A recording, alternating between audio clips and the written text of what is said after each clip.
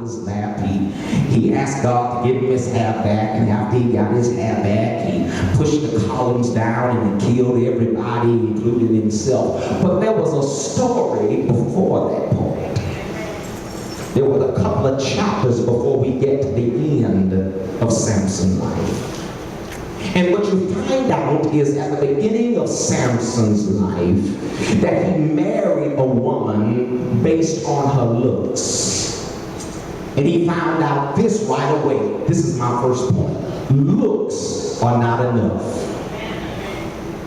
Samson tells his father, get me this woman. He doesn't even know her name.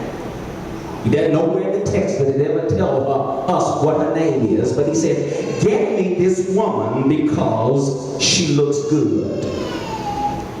One of the biggest mistakes made by men is marrying a woman based on the superficial and the sexual. Marrying a woman based on physical attraction. Marrying a woman out of lust. Because she looks good, believing that the pleasure will override any of the problems. But having children will not make her a mother.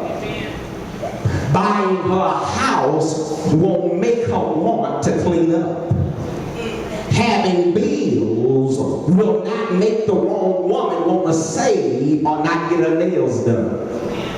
If she doesn't have the volume system in her before you all get together, you should never expect her to rise to the challenge just because challenges arise. There must be more to marriage than looks. She needs to have a great mind to aid you in your purpose. She needs to have patience to raise godly children. And she must have something greater in her to assist you with the vision and the purpose that God has put in you. She has to have a mind and just not a sexy behind. Y'all quiet in here today. She can't cook. She don't want to clean. She just wants to lie around. But you can't get mad at her because what did all y'all do? What did you test her out? You didn't test her cooking and cleaning. You tested how well and how long she could stay in the bed. So now that y'all are married, all she wants to do is lay in the bed, and now you have a problem with it because what you didn't know when you were single, now you found out when you're married, is the majority of your married life can be spent in the bedroom. Y'all not going to spend most of your time watching movies or laying having fun. There are bills to be paid. There's work to be done. Children get sick. Emergencies happen. There will be issues, and if the marriage is one-dimensional, if it's physical, if it's monetary, if it's emotional, it will fail because you did not take time to find out who you're marrying. Look at what the text says. The text says that Samson went down to Timnah and saw a woman in Timnah who was one of the daughters of the Philistines. Who were the Philistines? They were the children of Israel, who Samson was one. They were their worst enemies. So he came back and told his father and mother, I saw a woman in Timnah, one of the daughters of the Philistines. Now therefore get her for me as a wife. Then his father and mother said to him, is there no one among the daughters of your relatives among all our people that you go to wife a woman from the uncircumcised Philistines?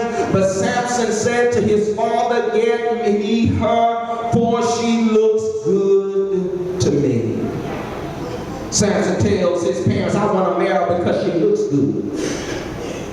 He hadn't talked to her. He doesn't know her name. He doesn't know where she comes from. But the text says she looks good. In the Hebrew, that word good means she looks right. But how many times have you looked at somebody from across the room, then you sat down with them and started talking to her? And then she was real ghetto. She looked good till she opened up her mouth and then she started talking and you realize she didn't have no sense. Y'all not talking to the preacher. You know, y'all, you sat down and you thought he was dressed up, he had on a suit, but after you got through talking to him, you realized, no, he ain't going nowhere. He just got on a suit today. Looks can be deceiving. But look at what the text says. Now look at like what verse 4 says. It says, however, his father and mother did not know that it was the Lord. I like what that says, because somebody in here today is saying, you know what, Pastor Higgins, I think you were about to preach me into divorce court. But I like what the voice said. The Lord had a purpose for it. And I'm talking to somebody who in here, you married the wrong woman. Seem like you married her and she all kinds of crazy. You're in a relationship with the wrong man and it seemed like you knew you shouldn't have done it, but you did it. I want you to know, even in the midst of your mistakes, even in the midst of your lust, even in the midst of your wrong choices, God has a plan for your life. So if right now it seems to be a mess of a marriage, you can be confident that God can take what was a mess, what the devil meant for evil. God can take that thing, flip it, turn it around, and bring it out for your good. But the thing is, you have to begin and allow God to work on you. You can't ask God to work on anybody else. You got to ask God to work on you. Somebody point to yourself and say, Lord, work on me. Stop trying to get God to change everybody else when God never called you to change nobody in the marriage but yourself. Too many people come into my office and they want to tell me about the person they're married to, but guess what? You can't change them. There's nothing you can do in a marriage to change nobody. The only person you can change and adapt to make happy is yourself. So while you're trying to change other people in the marriage, you should say, God, you let me get in this. If you wanted it, you could have kept me out of it. But now that I'm in it, God, what is the plan for this situation? Now the story of Samson goes that he married this woman.